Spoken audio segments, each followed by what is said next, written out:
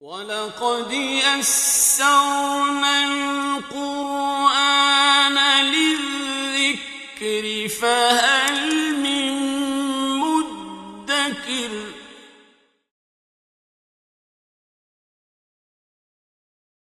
أعوذ بالله من الشيطان الرجيم بسم الله الرحمن الرحيم الحمد لله نحمده ونستعينه ونستغفره ونؤمن به ونتوكل عليه ونعوذ بالله من شرور أنفسنا ومن سيئات أعمالنا من يهده الله فلا مضل له ومن يضلله فلا هادي له وأشهد أن لا إله إلا الله وحده لا شريك له وأشهد أن محمدا عبده ورسوله اللهم صل على محمد وعلى آل محمد كما صليت على إبراهيم وعلى آل إبراهيم إنك حميد مجيد اللهم بارك على محمد وعلى آل محمد كما باركت على إبراهيم وعلى آل إبراهيم إنك حميد مجيد اللهم رب اشرح لي صدري ويسر لي أمري واحلل عقدة من لساني يفقهوا قولي. मेरी सारी बहनों को अस्सलाम वालेकुम। बिस्मिल्लाहिर्रहमानिर्रहीम। أَمَّنْ خَلَقَ السَّمَاوَاتِ وَالْأَرْضَ وَأَنزَلَ لَكُم مِّنَ السَّمَاءِ مَاءً فَأَنبَتْنَا بِهِ حَدَائِقَ ذَاتَ بَهْجَةٍ مَّا كَانَ لَكُمْ أَن تُنبِتُوا شَجَرَهَا أَإِلَٰهٌ مَّعَ اللَّهِ بَلْ هُمْ قَوْمٌ يَعْدِلُونَ أَمَّن جَعَلَ الْأَرْضَ قَرَارًا وَجَعَلَ خِلَالَهَا أَنْهَارًا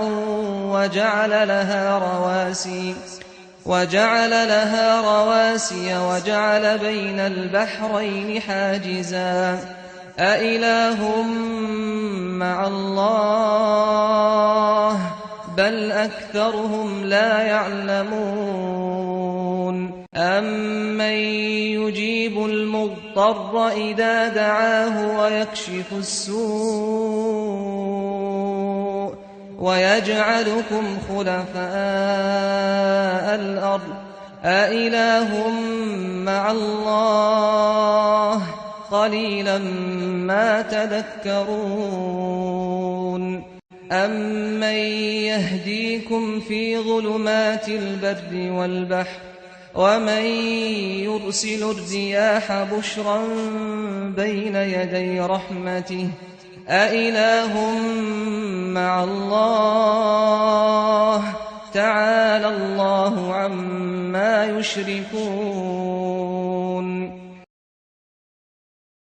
أَمَّن يَبْدَأُ الْخَلْقَ ثُمَّ يُعِيدُهُ وَمَن يَرْزُقُكُم مِّنَ السَّمَاءِ وَالْأَرْضِ أَإِلَٰهٌ مَّعَ اللَّهِ قُلْ هَاتُوا بُرْهَانَكُمْ إِن كُنتُمْ صَادِقِينَ قُل لَّا يَعْلَمُ مَن فِي السَّمَاوَاتِ وَالْأَرْضِ الْغَيْبَ إِلَّا اللَّهُ وَمَا يَشْعُرُونَ أَيَّانَ يُبْعَثُونَ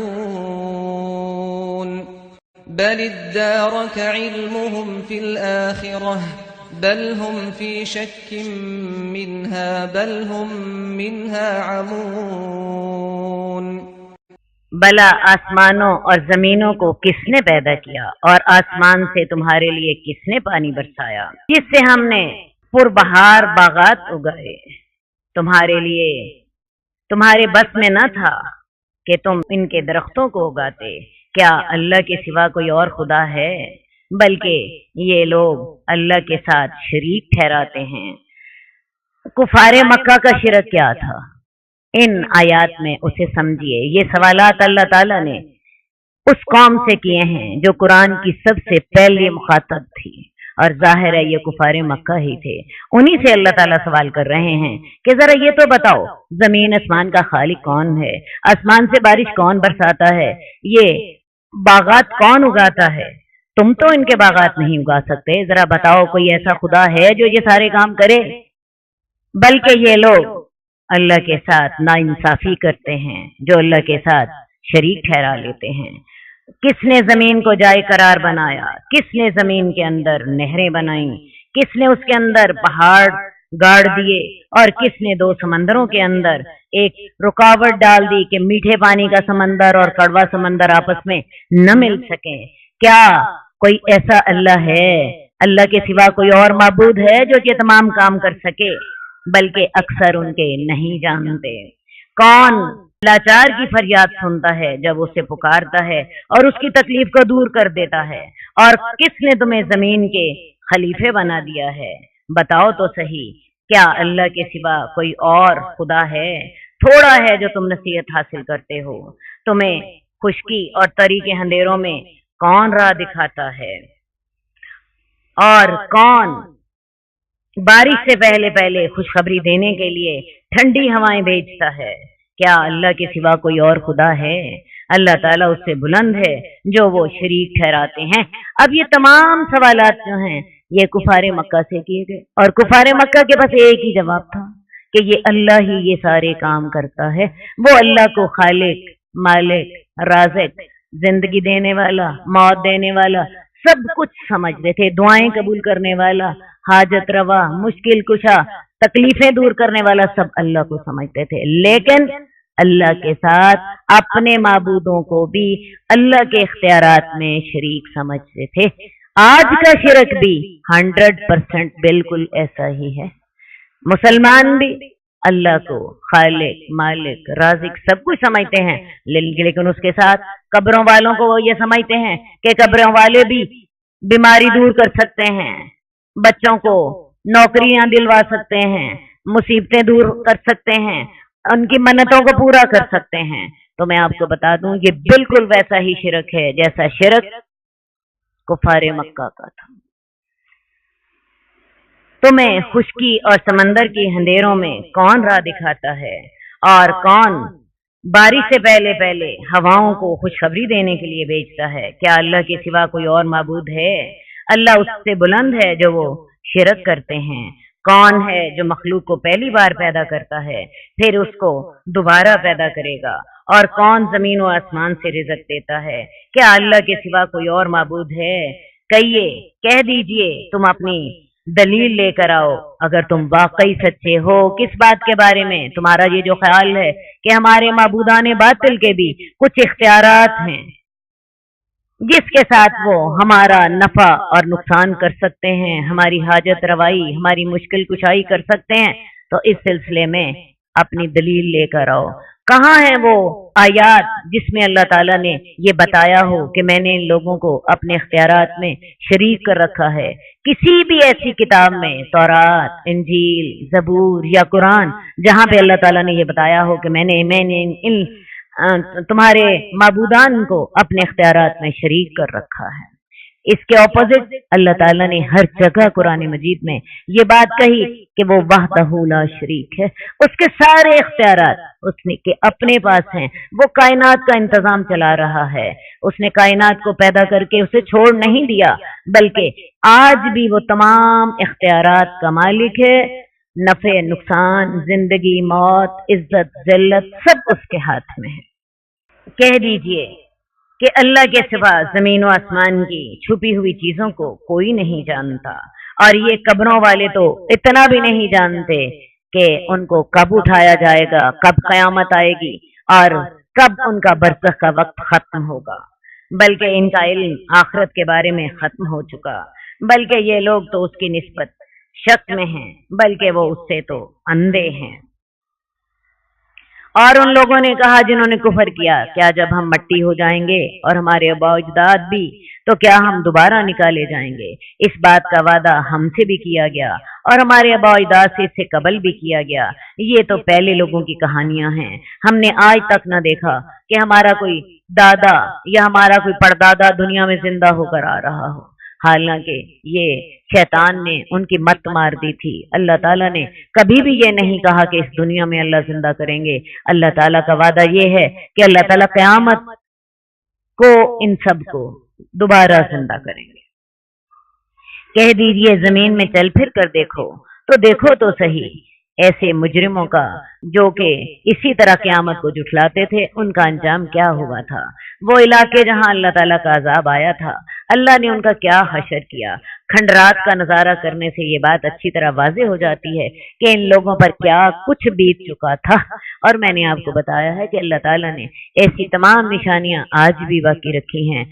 कौम नूह की कश्ती आज भी मौजूद है, फिरौन की मम्मी आज मौजूद है, बहेरा मुर्दार आज मौजूद है, वो जो कुआं जहां से हजरत वाले की ऊँटनी पानी पीती थी, वो कुआं भी आज मौजूद है। कौम समूद के बनाए हुए आलीशान महलात आज तक बाकी हैं।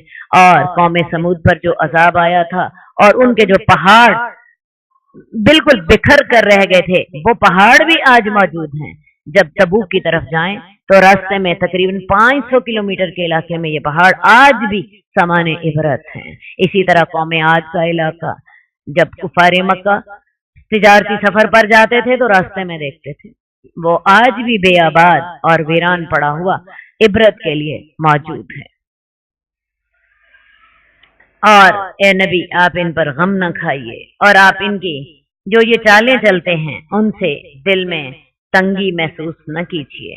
और ये लोग कहते हैं ये अजाब का वादा कब पूरा होगा, अगर तुम वाकई सच्चे हो। ए नबी, फरमा दीजिए शायद कि वो अजाब जल्द ही आ जाए।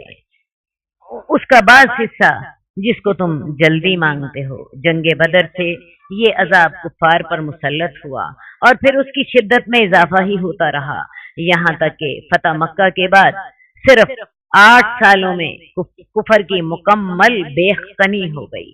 ये तो दुनिया का अजाब हुआ और आखिरत का अजाब तो लाजमन शदीद तर ही होगा। और तेरा रब तो लोगों पर बड़ा फजल करने वाला है, और लेकिन उनका अक्सर लोग शुक्र नहीं करते। रब का फजल ये है कि वो लोगों की नाशुक्रियां देखता है, लोगों के जुल्म देखता है और उनके गुनाह देखता है। इसके बावजूद फौरन मुआखजा नहीं करता, बल्कि ढील देता चला जाता है। शायद मेरे बंदे को आज हदायत नहीं आई तो शायद इसको कल हदायत आ जाए, और ये मौका मौत तक का है। हाँ, मौत आने पर फिर हदायत कबूल नहीं है। और तेरा रब जानता है जो इनके सीने छुपाते हैं और जो वो जाहिर करते हैं, और जमीन व आसमान की कोई मख्फी चीज ऐसी नहीं जो कि किताब लोहे महफूज में लिखी हुई ना हो। बेशक ये कुरान बनी इसराइल पर अक्सर वो बातें बयान करता है जिनमें वो इख्तलाफ करते थे, और बेशक ये कुरान मोमिनों के लिए हदायत भी है और रहमत भी है। रहमत और हदायत सिर्फ मोमिनों के लिए है। जो हदायत से मुंह फेर लें और हक से मुंह मोड़ लें, वो कुरान से फायदा नहीं उठा सकते। बेशक तेरा रब इनके दरमियान अपने हुक्म के साथ फैसला करेगा कयामत को, और वो जबरदस्त और जानने वाला है। तो ए नबी, आप अल्लाह पर तवक्कुल कीजिए, आप वाज़े हक पर हैं। ए नबी, आप मुर्दों को नहीं सुना सकते और ना ही आप बहरों को अपनी पुकार सुना सकते हैं जबकि वो पीठ फेर कर चले जाएं। असल बात है कि नबी भी ये इख्तियार नहीं रखता कि कोई शख्स अगर हदायत नहीं लेना चाहता तो वो उसको जबरदस्ती हदायत देते। अल्लाह ताला ने ऐसे लोगों को मुर्दे कहा है। ये दिल के मुर्दे हैं, ये जिंदा हैं, सांस लेते हैं, लेकिन हक के लिए मुर्दों की तरह हैं। तो ऐसे लोगों को आप अपनी बात नहीं सुनवा सकते। इनडायरेक्टली शायद से ये भी पता चला कि मुर्दे नहीं सुनते, ये जिंदा होता है जो सुनता है। मुर्दे जो जब इंसान मर जाता है तो उसके अंदर ये ताकत नहीं होती कि वो सुन सके, और ये नस है कि कब्रों वाले नहीं सुनते। اب जो लोग कब्रों पे जाते हैं और कब्रों वालों को पुकारते हैं और उनसे मन्नतें मानते हैं, कुरान की इस आयत को देखें और यकीन कर लें कि मुर्दे कुछ नहीं सुनते, उन्हें इस दुनिया से कुछ भी आगाही नहीं है। उन्हें तो अपने बारे में भी ये नहीं पता कि उन्होंने कब तक कब्र में रहना है और कब क़यामत को दोबारा उठना है। आप मुर्दों को नहीं सुना सकते, रसूलुल्लाह सल्लल्लाहु अलैहि वसल्लम भी मुर्दे को नहीं सुना सकते, तो मैं और आप कैसे कब्रों वालों को सुना सकते हैं?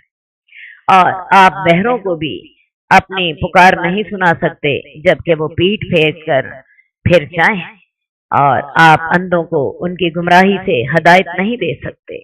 आप तो सिर्फ उसे सुनवा सकते हैं जो हमारी आयत पर ईमान लाए और वो फर्मा बरदार भी हो।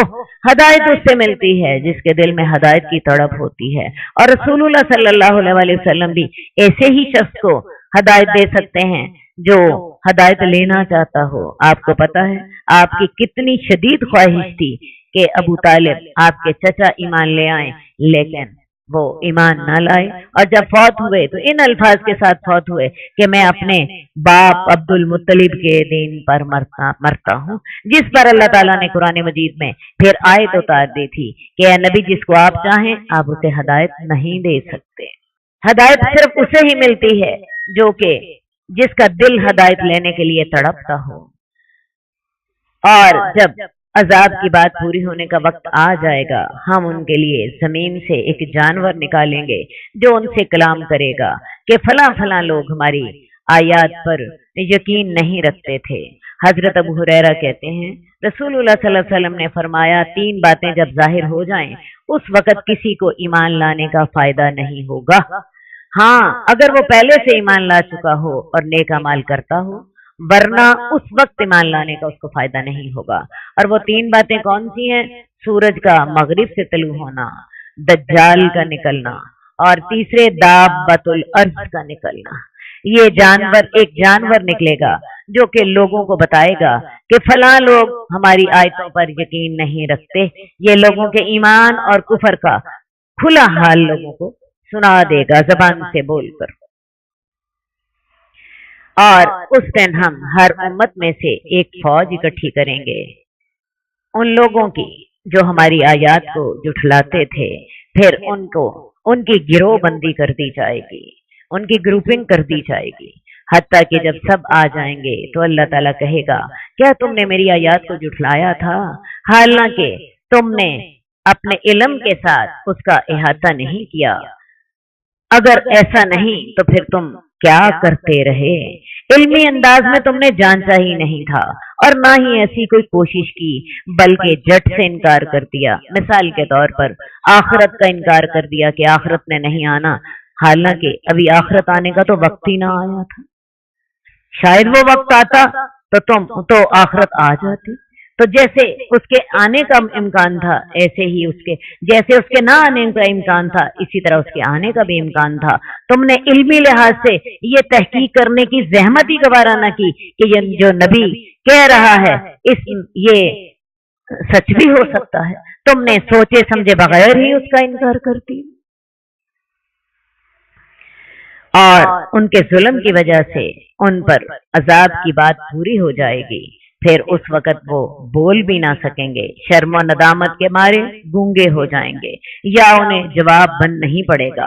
ये वो कैफियत है जबकि अदालत के तकाजे पूरे करने के लिए उनके मुंह पर मोहर लगा दी जाएगी और उनके दीगर आज़ा बोलेंगे।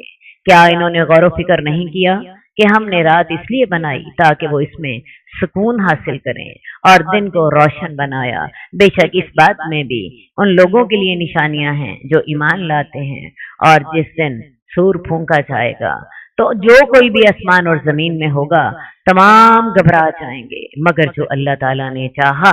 जब सूर फूंका जाएगा तो तमाम जमीन और आसमान में जलजला आ जाएगा, हर चीज तहबाला हो जाएगी, समंदरों में आग लग जाएगी, पहाड़ उड़ने लग जाएंगे और इंसान जो है वो खत्म होकर रह जाएंगे। इंसान ने एक नवाला हाथ में लिया होगा, वो मुंह तक उसे ले जा न चुका होगा कि अचानक वो सूर फूंका जाएगा, क़यामत आ जाएगी और उसका नवाला उसके हाथ में ही रह जाएगा। और तमाम अल्लाह के पास ذلیل ہوکر حقیر ہوکر اللہ کے حضور پیش ہو جائیں گے۔ اب یہ سور کتنے بھونکے جائیں گے اس میں اختلاف ہے، کم از کم تعداد دو ہے، ایک پہلا سور جس سے سارے لوگ ہلاک ہو جائیں گے اور دوسرا سور جس سے تمام لوگ زندہ ہو کر اٹھیں گے۔ کچھ لوگ 3 نفخے پھونکے جانے کے قائل ہیں، ان کا کہنا یہ ہے کہ پہلے سور پھونکنے کے بعد لوگ بے ہوش ہو جائیں گے اور دوسرا سور پھونکنے کے بعد لوگ ہلاک ہو جائیں گے اور تیسرا سور پھونکنے کے بعد لوگ حشر کے میدان میں جمع ہو جائیں گے اور تمام اللہ کے حضور حقیر بن کر حاضر ہو جائیں گے۔ اور تو پہاڑوں کو دیکھے گا تو ان کو خیال کرتا ہے کہ پہاڑ جمے ہوئے ہیں، حالانکہ وہ بادلوں کی طرح اڑیں گے۔ یہ اللہ تعالیٰ کی قدرت کا کرشمہ ہے جس نے ہر چیز کو بڑا مضبوط بنایا ہے۔ بے شک وہ خبردار ہے جو تم عمل کرتے ہو۔ جو کوئی نیکی لے کر آئے گا تو اس کے لیے اس سے بہتر نیکی ہوگی۔ یہ اللہ تعالیٰ کا نیک لوگوں پر احسان ہے، کیونکہ اللہ تعالیٰ کا عام طریقہ یہ ہے من جاء بالحسنۃ فلہ عشر امثالھا، جو نیکی لے کر آئے اس کے لیے کم سے کم اس کا اجر 10 نیکیاں ہے۔ باقی اللہ تعالیٰ چاہیں تو اس کو 700 گنا یا اس سے مزید بھی بڑھا دیں، جتنا جتنا کسی کا اخلاص ہوتا ہے اور جتنی جتنی کسی کی محنت ہوتی ہے اسی کے حساب سے اللہ تعالیٰ نیکی کے اجر میں اضافہ کرتے چلے جاتے ہیں۔ جو نیکی لے کر آئے گا اس کے لیے اس سے بہتر بدلہ ہے اور وہ لوگ اس دن کی گھبراہٹ سے امن میں رہیں گے۔ کس دن کی گھبراہٹ سے؟ قیامت کے دن کی۔ جو کوئی برائی لے کر آئے گا تو ایسے لوگ اوندے منہ جہنم میں ڈال دیے جائیں گے اور انہیں اتنا ہی بدلہ ملے گا جتنا وہ عمل کرتے تھے۔ تمہیں اتنا ہی بدلہ ملے گا جتنا تم عمل کرتے تھے۔ اے نبی فرما دیجئے مجھے حکم دیا گیا ہے کہ میں اس شہر کے رب کی فرما برداری کروں جس نے اس کو حرمت بخشی ہے۔ مکہ میں اللہ کا گھر تھا، بیت اللہ تھا، جس کی وجہ سے عرب بھر میں قریش مکہ کا احترام کیا جاتا تھا اور جس کی وجہ سے قریش مکہ کو رزق بھی ملتا تھا اور امن بھی ملتا تھا۔ ان کے تجارتی قافلے بلا روک ٹوک سفر کرتے، جبکہ دوسروں کے تجارتی قافلوں کو نہ صرف لوٹ لیا جاتا بلکہ بعض اوقات قتل تک کی بھی نوبت آ جاتی۔ اور مجھے حکم دیا گیا ہے کہ میں اللہ کا فرما بردار بن جاؤں اور مجھے یہ بھی حکم دیا گیا ہے کہ میں قرآن پڑھ کر سناؤں۔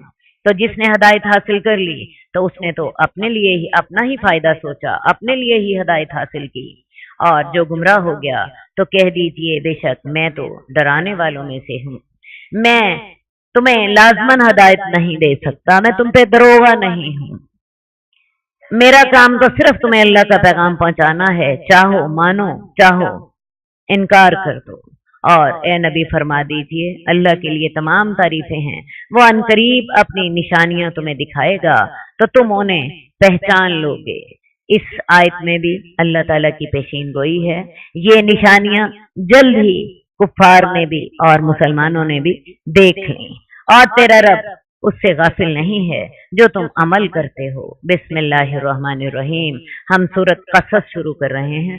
سورہ قصص میں اللہ تعالیٰ نے حضرت موسیٰ کے واقعات بیان کیے ہیں، پیدائش سے لے کے جوانی تک۔ حضرت موسیٰ کے واقعات آپ نے دیکھا قرآن مجید انہیں بار بار بیان کرتا ہے۔ اس کی وجہ یہ ہے کہ حضرت موسیٰ کے حالات سے رسول اللہ صلی اللہ علیہ وسلم کو تسلی دی جا سکے۔ حضرت موسیٰ کا واسطہ ظالم اور سفاک بادشاہ کے ساتھ تھا، اور اسی طرح حضرت موسیٰ کی اپنی حیثیت بھی بہت کمتر تھی۔ آپ فرعون کی غلام قوم بنی اسرائیل کے ایک فرد تھے، تو حضرت موسیٰ کے حالات چونکہ رسول اللہ صلی اللہ علیہ وسلم کے حالات سے بھی زیادہ سخت تھے، تو آپ کو بار بار ان کا قصہ سنایا جا رہا ہے تاکہ ان کا قصہ سن کر رسول اللہ صلی اللہ علیہ وسلم کو تھوڑا سا سکون، اطمینان اور تسلی ہو۔ انسان کی فطرت ہے جب وہ دیکھتا ہے کہ میرے جیسے حالات دوسروں کو بھی پیش آئے ہیں اور میری جیسی مصیبتیں دوسرے بھی سہ رہے ہیں، تو انسان کو تھوڑی سی تسلی ہو جاتی ہے۔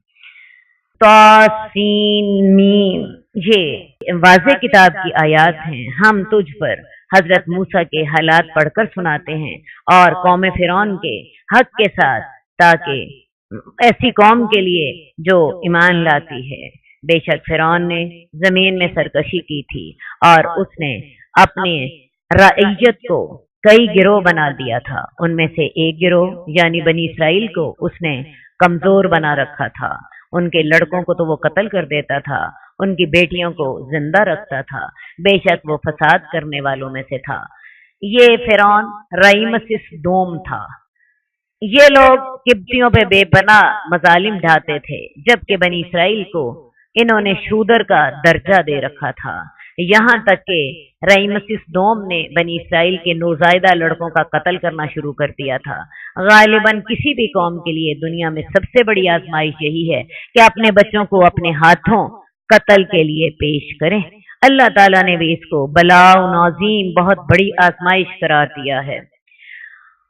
وہ ان کے بیٹوں کو ذبح کرتا تھا اور ان کی بیٹیوں کو زندہ رکھتا تھا اور وہ فساد کرنے والوں میں سے تھا. دوسری آزمائش یہ تھی کہ جب بیٹے قتل ہو جاتے تھے، بیٹیاں زندہ رہتی تھی، ان بیٹیوں کے لیے ان بیٹیوں کو وہ اپنی داشتائیں بنا لیتے تھے اور اپنی نسل بڑھانے کا کام لیتے تھے. تو یہ دوہرا عذاب تھا اور ہم چاہتے تھے کہ ہم ان لوگوں پر احسان کریں جن کو زمین میں کمزور بنا دیا گیا تھا اور ہم ان کو لیڈر بنا دیں اور ہم ان کو ملک مصر کے وارث بنا دیں. اللہ اس کائنات کا نگران ہے. ایک مدت تک فرعونی یہ ظلم ڈھاتے رہے. اب اللہ تعالیٰ چاہتے تھے کہ اس ظلم کا ہاتھ روک دیں اور اس مظلوم کو ملک مصر کا وارث بنا دیں اور ان کو قوت عطا کر دیں اور ہم انہیں زمین میں اقتدار بخش دیں اور ہم فرعون اور حامان اور ان کے لشکروں کو وہ چیز دکھا دیں جس سے وہ ڈرتے تھے. اصل بات یہ ہے کہ بنی اسرائیل مصر میں تب آئے تھے. حضرت یوسف نے جب حضرت یعقوب کو پورے خاندان سمیت مصر میں بلایا تھا تو تب بنی اسرائیل مصر میں داخل ہوئے تھے. اب اس وقت تو بنی اسرائیلی مصر پر حکمران تھے. اس کے بعد حضرت یوسف کے بعد بھی کچھ عرصہ تک بنی اسرائیل مصر پر حکومت کرتے رہے، لیکن جو ہی اللہ کی نافرمانی اختیار کی، آہستہ آہستہ اللہ سے دور ہوتے گئے. اللہ تعالیٰ نے اس کی سزا یہ دی کہ ان کے اوپر فرعون حکمران ہو گئے. اب فرعونیوں کو یہ ڈر تھا کہ چونکہ بنی اسرائیل پہلے بھی مصر کے حکمران رہے ہیں تو کہیں ہم سے یہ بات اپنی پرانی بادشاہی واپس نہ چھین لیں. تو اللہ تعالیٰ فرعون اور حامان اور اس کے لشکروں کو دکھانا چاہتے تھے کہ اللہ تعالیٰ بنی اسرائیل کو ہی مصر کا وارث بنا دیں گے، جس سے فرعون ڈرتا تھا. اور موسیٰ کی ماں کی طرف وحی کی کہ تو اس کو دودھ پلا، تو جب تجھے اس کے قتل کا خطرہ ہو تو اسے دریا میں ڈال دینا، خوف نہ کھانا، غم نہ کھانا، ہم اس بچے کو تیری طرف واپس لوٹا دیں گے اور اس کو پیغمبر بنا دیں گے. اب حضرت موسیٰ جب اپنی ماں کے گھر پیدا ہوئے تو حضرت موسیٰ کی ماں ظاہر ہے پریشان ہوئی کہ میرے بیٹے کو بھی قتل کر دیا جائے گا. اللہ تعالیٰ نے حضرت موسیٰ کے دل میں الہام کیا کہ تم اس کو دودھ پلاؤ، اس کو دریا میں ڈال دو اور ہم یہ تیرا بچہ تجھے واپس دے دیں گے، اور نہ صرف تیرا بچہ تجھے واپس دیں گے بلکہ اس کو پیغمبر بھی بنا. یہ اللہ تعالیٰ نے اس وقت حضرت موسیٰ کی ماں کے دل میں الہام کر دیا تھا. آل فرعون نے اس بچے کو اٹھا لیا تاکہ وہ بچہ ان کے لیے عداوت اور غم کا باعث بنے. بے شک فرعون اور حامان اور ان دونوں کا لشکر دونوں ہی یہ تمام لوگ خطا کار تھے. فرعون کی بیوی کہنے لگی یہ میری اور تیری آنکھوں کی ٹھنڈک ہے، اس کو قتل نہ کرو، شاید کہ یہ ہمیں نفع دے یا ہم اس کو اپنا بیٹا بنا لیں. اور ان کو خبر نہ تھی. دریائے نیل کی موجیں حضرت موسیٰ کے صندوق کو فرعون کے محلات کی جانب لے گئیں. وہاں شاہی کارندوں نے بچے کو اٹھا کر فرعون کو پیش کر دیا. حضرت موسیٰ کی شکل بہت خوبصورت تھی. فرعون خود بے اولاد تھا. فرعون کی بیوی نے اسے اپنا بچہ بنانے کی سفارش کی اور موسیٰ کی ماں کا دل سخت بے قرار ہو گیا. اگر ہم اس کی ڈھارس نہ بندھاتے تو قریب تھا کہ وہ راز فاش کر دیتی. کون سا راز؟ کہ میں نے حضرت موسیٰ کو ایک صندوق میں ڈال کے دریائے نیل کی نہروں کے سپرد کر دیا ہے. اگر ہم اس کی ڈھارس نہ بندھاتے تو قریب تھا کہ وہ راز فاش کر دیتی تاکہ وہ वापस लौटाने के वादा पर यकीन करने वालों में से हो जाए। चुनांचे उसने मूसा की बहन से कहा, तू इसके बच्चे की पीछे पीछे चलती जाओ। चुनांचे वो आंखें बचाकर उसे देखती रही, और जबकि दूसरों को इसका पता न लगा। उम्मे मूसा के दो बेटे मूसा और हारून थे, और इसके अलावा एक इनकी बड़ी बहन थी, गालिबन हजरत मूसा से 8-10 साल बड़ी होगी। हजरत मूसा की वालिदा ने एहतियाती तदबीर ये की कि बेटी को यह हदायत की कि हजरत मूसा पर इस अंदाज से नजर रखे कि लोगों को अंदाजा ना हो, और हमने उसके ऊपर दूध पिलाने वालियों का दूध हराम कर दिया था। तो वो बहन कहने लगी, क्या मैं तुम्हें खबर न दूं ऐसे घर वालों के बारे में जो इसकी तुम्हारे लिए परवरिश करेंगे और वो इसके खैर खा भी होंगे। चुनांचे हमने मूसा को उसकी वालिदा की तरफ लौटा दिया ताकि उसकी आंखें ठंडी हों और वो गम न खाए, और ताकि वो जान ले कि अल्लाह का वादा सच्चा है। और लेकिन अक्सर लोग नहीं जानते। अल्लाह का फैसला पूरा होकर रहता है, हालात चाहे कितने ही ना मुवाफिक ना हो क्यों ना हो। फिरौन उसके साथी बावजूद इतनी बड़ी सल्तनत के मालिक होने के ये न समझ सके कि अगर बच्चा सब दूध पिलाने वालियों का दूध नहीं पीता और एक खास औरत का दूध पीता है तो ये कहीं इसकी माँ ही तो नहीं। इसके अलावा उस बच्ची को ये कैसे पता चला कि ये बच्चा एक औरत का दूध पी लेगा। और सबसे बढ़कर उस बच्ची की शक्ल और उसकी माँ की शक्ल, जाहिर है हजरत मूसा से उनकी कुछ ना कुछ मुशाबहत तो लाज़िमन होगी, लेकिन बात फिर वही है, जब अल्लाह ताला कोई काम करना चाहते हैं तो फिर सबकी अकल पर पर्दा पड़ जाता है। अल्लाह जो चाहते हैं वैसा हो जाता है। और सबसे बढ़कर ये कि आखिर इस बच्चे की भी तो कोई माँ थी, ऐसा तो नहीं कि उस बच्चे की ये असल माँ ही ना हो। बहरहाल जो अल्लाह ने करना था वो कर लिया और अपना वादा हजरत मूसा की माँ से पूरा कर दिया। अल्लाह ताला हमें हदायत की तौफीक अता قد خصك الرحمن بالفضل والتيجان والروح